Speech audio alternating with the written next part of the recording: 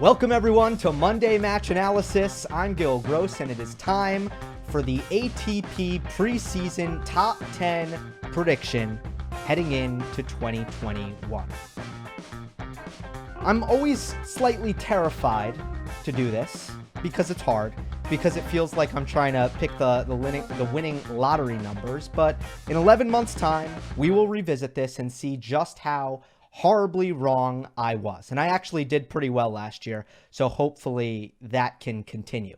The reason this is fun, the reason I think this is a good exercise is it does give me a chance to kind of go over some of the more intriguing storylines that I'm looking forward to seeing this season. And it's also just a good barometer of who is going to surpass expectations this year and who is going to fall short of them. But it's really interesting. I want to start with a bit of a bold prediction, which is that no one in the current top 8 will drop out of the top 8. That is statistically incredibly improbable. And at some point in time, if there's a chance of it happening, I'll go back and I'll see when's the last time that's happened. There's no way. There's a chance it's never happened. But you can look through the top 8. No one's going backwards. And if someone's going backwards, the best argument you have is Djokovic, Nadal, or Federer. That's the best argument you have. Are any of the big three dropping out of the top 8? I'm certainly not going to predict that. So we have an incredible wealth of talent in the top 8 right now. And I'm really looking forward to watching that play out. Within the top 8, you have the big three trying to fend off the younger generation a little bit longer. And how long can they do it is the question. And then you have a group of players, Dominic Thiem a little bit older, a little bit better. But then under Thiem, you have a group of players who are all vying for that breakthrough. And it's so intriguing. And it's such a difficult question to answer. Who's going to be that player? Between Daniil Medvedev and Andrey Rublev and Stefanos, Tsitsipas and Alexander Zverev. Who is going to deliver the goods in 2021 out of that group of players? This show gives me a chance to at least attempt a prediction when it comes to answering that question. I also want to state before I get started that a previous version of this video misstated the adjustments that will be made to the ranking system in 2021. Currently, we are on an 18-month ranking system, or excuse me, a 21-month ranking system. That will be altered to a 24-month ranking system, which brings us to March 1st. So what that means is all rankings points from last year are protected until March 1st. The result of that is going to be there's going to be less movement. It's going to be hard for players to climb the rankings because players already kind of have a lot of rankings points often compiled that they won't even have to defend. So it'll be easier to retain rankings points, at least in the beginning of 2021. Who knows how much longer these points are going to be protected, but that is going to affect things. For example, Roger Federer not playing the Australian Open in 2021, his semifinal points from last year will not come off. So that's just kind of an example of how you'll get less movement because in the case of Federer, he won't lose any points. Before I begin this top 10 prediction, I do want to give a shout out to a couple of players who do not make my top 10, but players who I had to consider with a lot of thought, and players who are close in my mind. And I want to start with two players who are currently in the top 10. First of all, Diego Schwartzman. Diego Schwartzman played unbelievable tennis in 2020, and if he brings that level to this upcoming season, I do not think that the players behind him will make up any ground or catch up to him, because I was really impressed with what Diego Schwartzman brought to the tennis court, especially post-hiatus, playing some of the best baseline tennis around, and despite his underpowered serve, if he's going to be one of the best returners in the top 3 returners in tennis, it's going to take him pretty far, just like it did a season ago.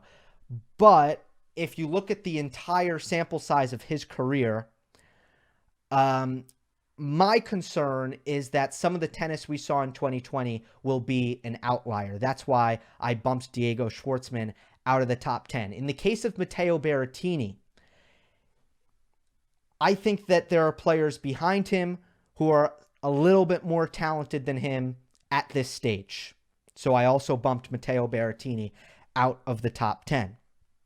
I did consider Milos Raonic, who showed resurgent tennis for portions of last year, a player whose health has gotten in the way of his level more than anything else, and someone who's looking a lot healthier. And when he's healthy, he's so dangerous. He also brings a play style that often ages like fine wine. The low margin, big serving player will often be able to play at an extremely high level into their mid-30s. You look at Ivo Karlovic won a match yesterday, and he's in his 40s, but John Isner has played some of his best tennis into his mid-30s. Kevin Anderson has had success in his 30s. So I am looking at Milos Raonic as a player who could possibly break into the top 10 as well. Those are 3 players who I considered, who got very, very close. I'm also intrigued by Grigor Dimitrov, who is in his prime, and I think is still learning things at this stage in his career. And we've seen that with his athleticism and his explosiveness, he's really shored up his serve as his shoulder has gotten healthier. Dimitrov is also someone who could possibly make some noise.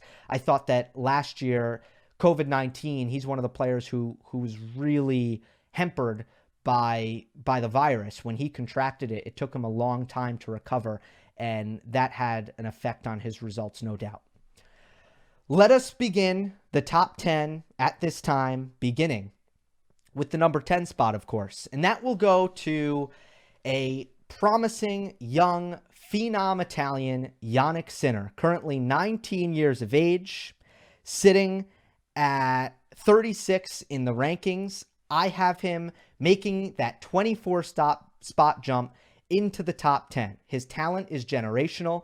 The power, the cleanliness of the ball striking off both wings, the backhand, a place where you can really separate yourself in men's tennis, because a lot of players have a forehand that they can be deadly with and do tons of damage with the modern forehand and the modern string technology. So many guys have a forehand, but Jannik Sinner can hurt you from anywhere on the court off of both wings. His movement is getting better and better. I really like the way he's getting stronger in the legs, and you see him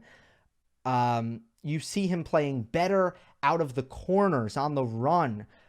I don't want to say year after year. It's really month after month. His development has been so rapid. I don't see anything getting in Jannik Sinner's way, especially because it seems like he's got a great head on his shoulders, a certain sense of calm, a certain poise that he brings to the tennis court, wise beyond his years. And Jannik Sinner, I have breaking into the top 10. Coming in at number 9 is Denis Shapovalov. When I did my top 10 prediction last year, a lot of people said, where is Shapo? Where is Shapo? And I didn't think he was ready yet, and I was correct. But this year, I think Shapovalov finally converts his unbelievable firepower into some victories.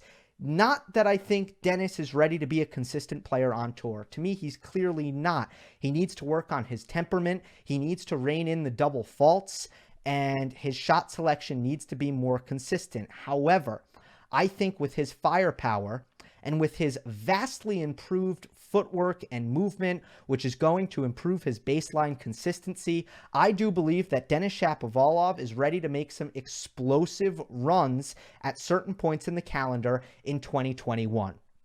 I think Denis is going to be a player where there's going to be some tournaments where he's hot, and he's going to be very, very difficult to stop, just like he was at last year's U.S. Open. Coming in at number 8, I have Alexander Zverev.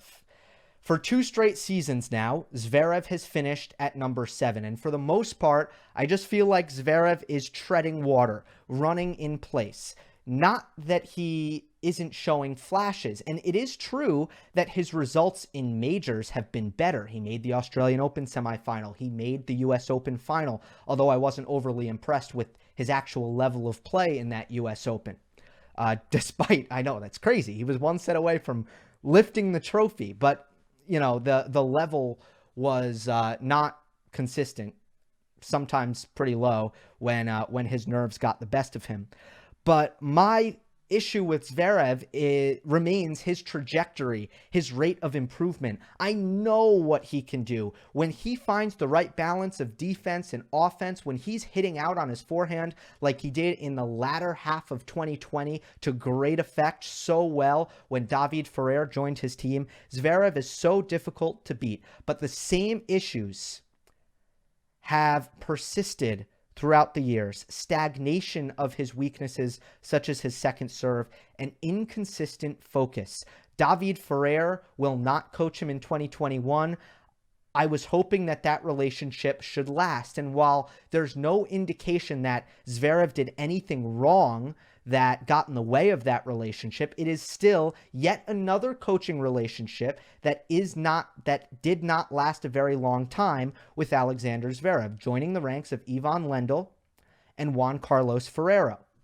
David Ferrer is off the Zverev team, and that's just not the kind of thing that I'm looking for if I'm going to project vast improvement for Alexander Zverev. At number 7, moving up one spot in the ranking, I have the most improved player, the player who took 2020 by storm. That is Andrey Rublev. And the reason I'm supremely confident in saying that Rublev was no fluke and that Rublev is going to actually go up in the rankings in the season of 2021 is because I'm so impressed with his focus and his consistency.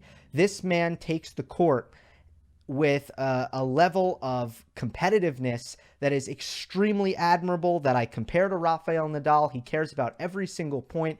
He practices extremely hard. He works extremely hard, and he's got a great base to his game.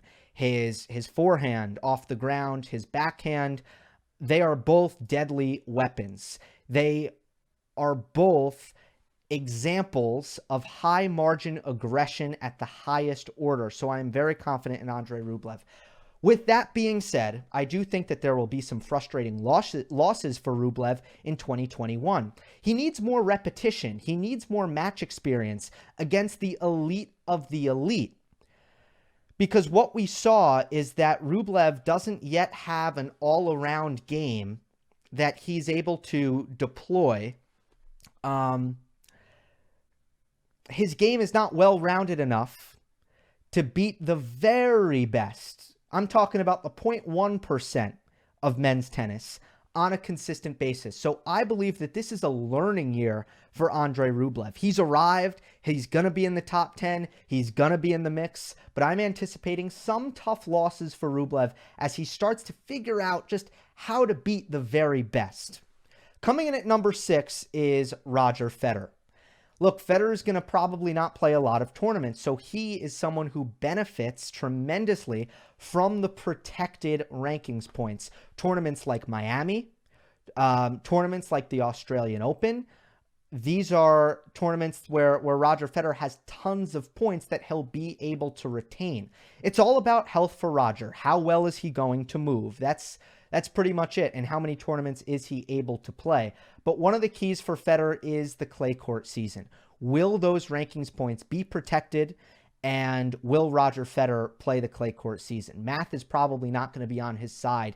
And I predict some inconsistency from Federer in 2021. I don't think that we will have a repeat of 2017. With that being said, he should be competitive, and it's really hard to predict these things, but I do think that he's going to be very competitive at a select few tournaments in this upcoming season. So it's really hard to know what to predict when it comes to Roger Federer, but I have him moving down one ranking spot, coming off of surgery. I think that is a pretty safe projection. At number 5, I have Daniil Medvedev.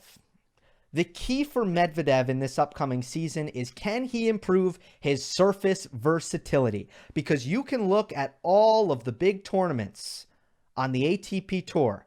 If it's a fast court, if it's a low bouncing court, besides Wimbledon, Daniil Medvedev likely has a great result.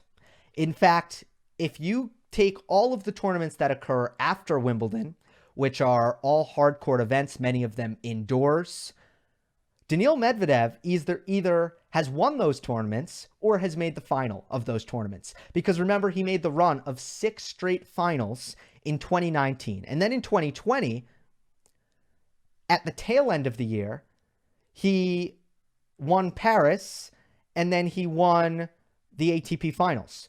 So there is so many points for him to defend in August and beyond. Medvedev can't possibly keep that pace up. The question is, will he start to do better at the tournaments that don't suit him, in the conditions that don't suit him, the slower, the more high bouncing conditions? And my read on this is no, not quite. I still think that the reason that he struggled on the slower, high bouncing surfaces is limitation of certain skills and certain weaknesses that are brought out more, and strengths that are diminished, such as his first serve. And I think the only way for Daniil Medvedev to fully overcome those limitations is if he gets physically stronger. And I'm not really confident that that's going to happen. As a result, I still think that Medvedev is going to be a somewhat conditions-dependent contender. Therefore, I don't know that he's going to improve vastly from what we saw in 2020, especially because he really has done great at the tournaments where he's had on his favorite surfaces. Medvedev's done great. The key is going to be Wimbledon. He's only defending round 3 points at Wimbledon. Round 1, a round 1 exit in 2019. No, I'm looking at the wrong thing. It is round 3. I was correct the first time. That's going to be a key tournament for Medvedev. And I think of all of the younger players, including Dominic Thiem, Medvedev should have the best game for grass. It's just a question of how comfortable can he get on the surface, because his skill set is great for grass. Moving along up to number 4, I have the Greek god himself, Stefanos Tsitsipas. The improvements that Tsitsipas needs to make are very, very clear. He needs to play better in bigger moments. He needs to rise to the occasion. He needs to manage matches better. He needs to improve his discipline and pace himself a little bit better over the course of the season. To me, it's all things that are going to suddenly click.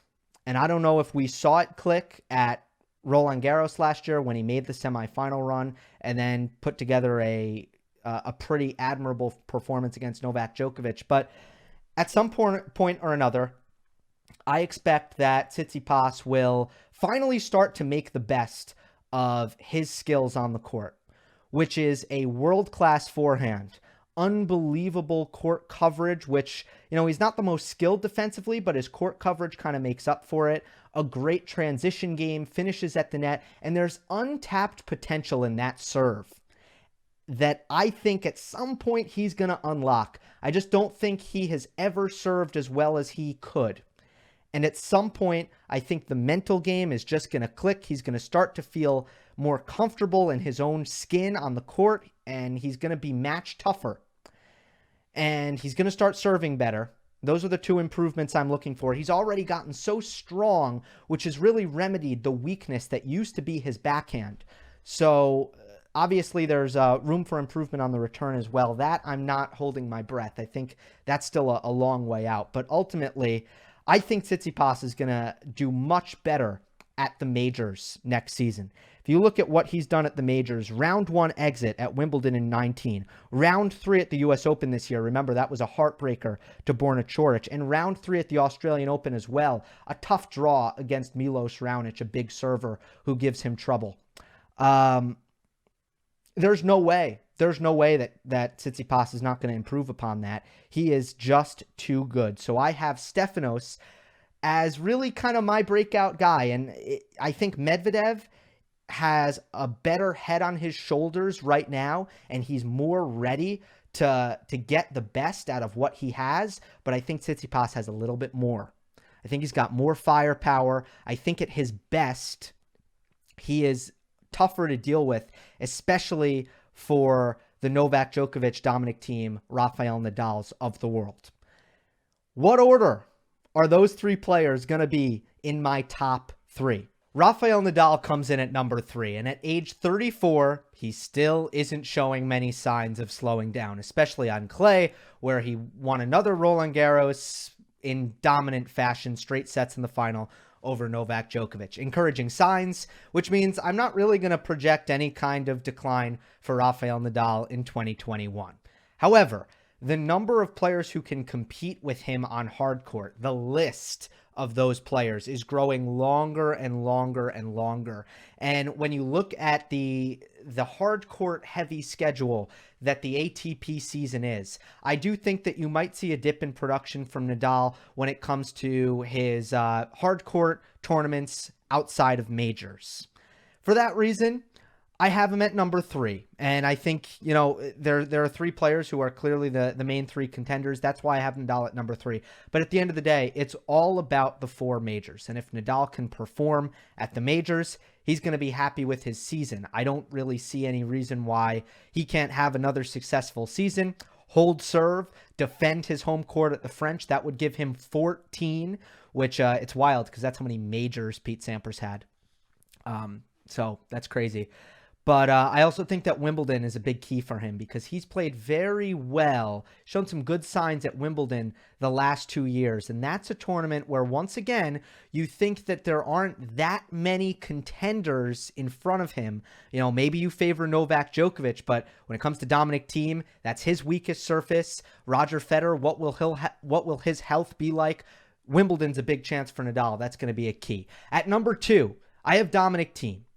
Man, he continues to just make all the steps that he needs to make to become an elite player. And that's where he's at now. Dominic Thiem, at this point in time, is a threat to win any tournament on any surface. He's a threat to beat any player on any surface. It is his dominant, explosive athleticism, which gives him the ability to unleash unbelievable amounts of power off of both wings. Combine that with tremendous mobility and court coverage and a pretty big serve as well.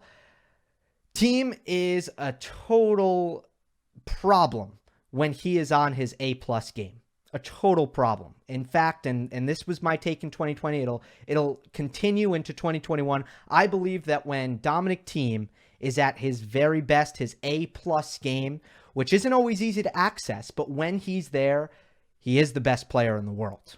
It's just how often can he get there, and can he improve the return? If the return gets better, then I think Dominic Thiem does have a chance to finish 2021 at number 1.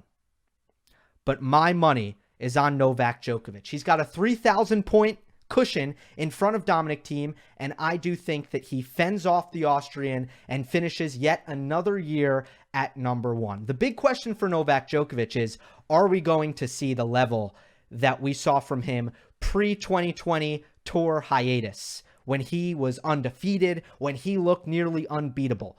Or are we going to see the version of Novak Djokovic that we saw post-hiatus, who looked beatable, more vulnerable? And I thought that the number 1 area where Djokovic declined was in his shot tolerance, which I think comes from fitness, and I think mostly from fitness, but also just from motivation and willingness to suffer.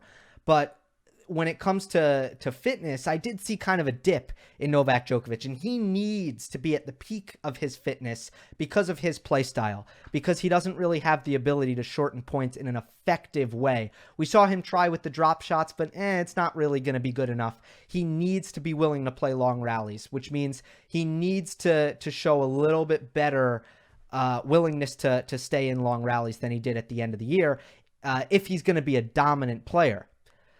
My bet is that Novak Djokovic returns to the level of fitness that we're used to seeing from him. Maybe not, but I think he will, and I think that all comes down to motivation, how much work he's putting off the court, and with the Tokyo Olympics back in sight, an event that I think he was so excited to play in 2020 until it was snatched away. And I think that took the wind out of his sails. With the Olympics back in sight, and coming off a year where he didn't make up any ground in the slam race like I'm sure he wanted to, I believe we get a motivated version of Novak Djokovic and the best version of Novak Djokovic another year at number 1. There you have it, my preseason top 10 prediction for 2021. Please do remember that Monday Match Analysis is available on all podcast platforms. The links to the podcast version of this show is in the description, and it's a huge help if you leave a rating and a review on Apple Podcasts. Give me a little gift to begin 2021. Anyway, hope you enjoyed. Don't forget to subscribe, and I will see you next time.